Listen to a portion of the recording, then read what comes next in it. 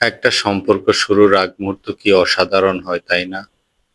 কত মনোযোগ নিয়ে কথার সংখ্যা বাড়াতে থাকে দুজন মানুষ। তার চেয়েও বেশি সুন্দর হয় সম্পর্কের শুরুর মুহূর্তগুলো। মনে হয় এই একটা মানুষ যাকে আমার সবটুকু বলে দিতে মন চায়।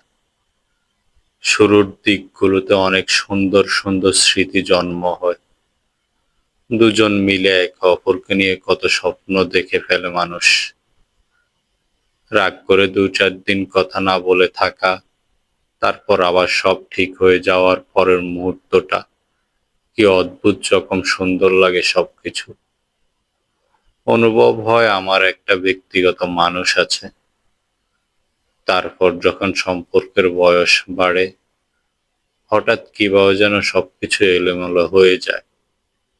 কোনো একজনের কথা ফুরিয়ে যায়, ধীরে ধীরে কথা কম, অজুহাত বাড়তে থাকে।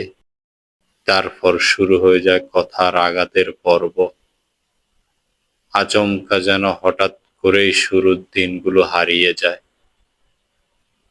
একদিন সব স্বাভাবিক হয়ে যাবে এই ভেবে কেউ একজন অপেক্ষা করে যায়। অন্যদিকে অন্যজন কিভাবে দূরত্ব তৈরি করে সম্পর্কের সমাপ্তি ঘটানো যায় সেই অপেক্ষায় থাকে। আর এই শেষ সময় কোনো একজনের জীবন পুরোপুরি বিষাদময় হয়ে যায়। মানুষগুলো কি অদ্ভুত! কাছে আসার জন্য কত বাহানা, কত অনুরোধ। তারপর যখন কাছে আসার অনুমতি পায়, তাদের আগ্রহ কমে যায়। একটা সময়ের পর দূরে যাওয়ার জন্য ছটফট করতে থাকে। কি ভয়ঙ্কর ব্যাপার! সত্যি এই দুনিয়াতে মানুষের চেয়ে ভয়ঙ্কর কিছুই নেই। সো ফ্রেন্ডস, আমি মেহেদী হাসান নয়ন। লেখাটি কেমন হলো কমেন্ট করে জানাবেন।